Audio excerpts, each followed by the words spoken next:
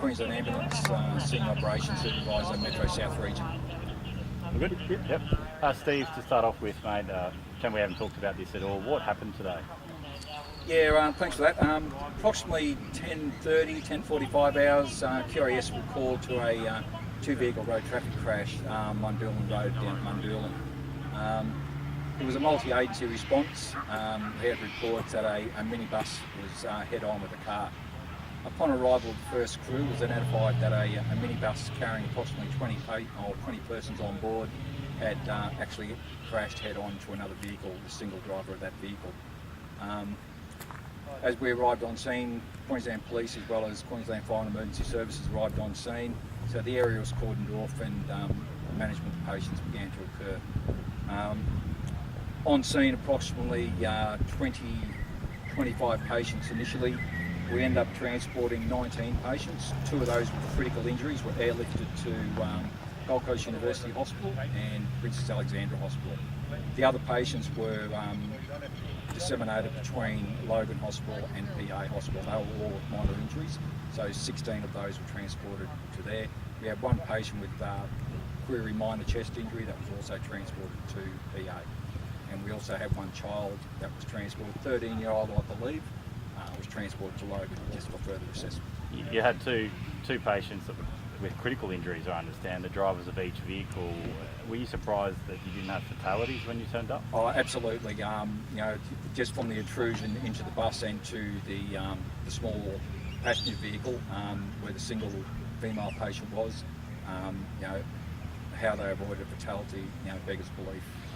I know it's early stages. Have you been able to rule out anything as to what didn't cause the accident, I guess? No, look, at this stage it just appears to be from my understanding, from looking around, it's just occurred on a corner. What impacts that's had or what influences have occurred, I'm not sure. Okay.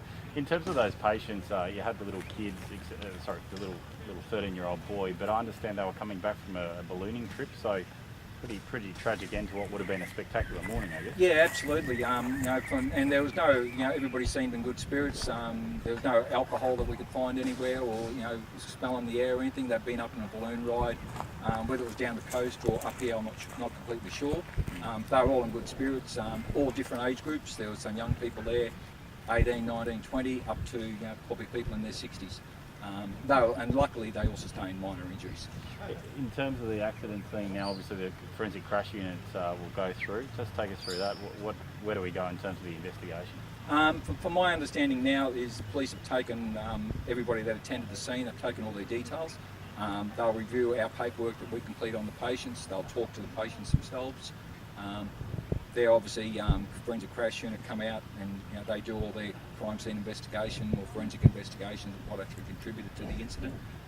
And we're just called upon to provide additional information that can assist in any way. Obviously lucky it's on a country road in the sense that it didn't cause as much traffic as it could being on a major road, but you did have some traffic banked up for a while, had to do some diversions. Oh yes, yeah, it's, and police and that, as we always do with the other agencies, we work so well with them, they block the whole road off both ways to give us free room to allow our vehicles in. You've got to remember we had patient transport buses coming down from up in the city as well as around the Logan area to transport the walking patients. We had actual stretcher vehicles.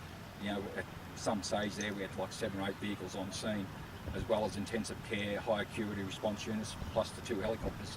So we needed the space to work, plus the fire trucks on scene. They needed space to help us release the patient that was in traffic. Certainly one of the larger accidents I've seen. Just finally then, those 2 patients, take us, the 2 critical patients, or the two drivers, just can you take us through what happened to them individually in terms of their injuries and they were airlifted, I think? Yeah, sure. The 2 critical patients, what we call red patients, they both had a high acuity response officer. They're trained with further interventional life-saving skills as well as extra drugs, plus critical care paramedic that was looking after them until the 2 helicopter doctors arrived. Once they arrived on scene and they were finally released from the vehicle, because both patients were trapped for a period of time. But injury-wise, I didn't certainly get that involved in what injuries they had. I just need to know that they're critical and they're red or yellow or green, so we can notify the receiving facilities appropriately. last question then, how long did it take to get your passengers out of the vehicles?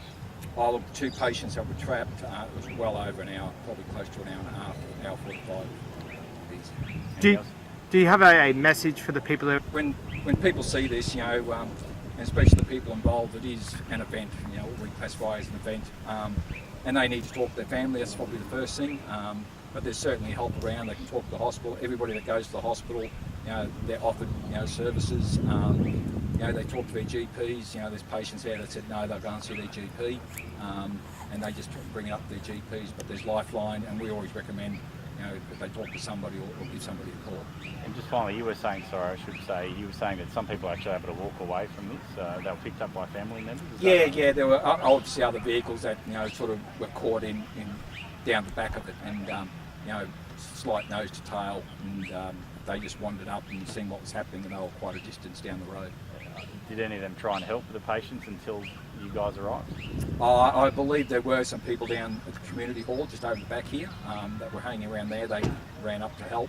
I'm not sure what services they rendered, but there's certainly lots of people around initially, and the community that did turn out and come up to assist. As soon as we arrived, as soon as QPS and fire were on scene, they actually stepped back and let us do our job, which is great to see. And sorry, what I was getting at, did you say some of the people on the bus were able to step to literally walk away? And oh, absolutely, yeah. There was several that I'd seen. They've been sitting here waiting, to be transported and that. And they said, look, we're not injured. We're just a bit of a shock. We need to go to hospital. And we gave them the option. We assessed them. All their numbers and all that were good. We were quite happy that they were with friends. They were being supervised. And we've given them alternative pathways if they need it. Obviously, being a minibus, most of them wear seatbelts. How lucky was it that they were doing that? Oh, look, I think if you look at the impact and the glass that's been shattered, across the front, it's the old, rhetoric. Seatbelt saves lives. It's you get thrown around the bus. It's they work. Yeah. Perfect. Thanks very much. Cheers, very much. Appreciate it.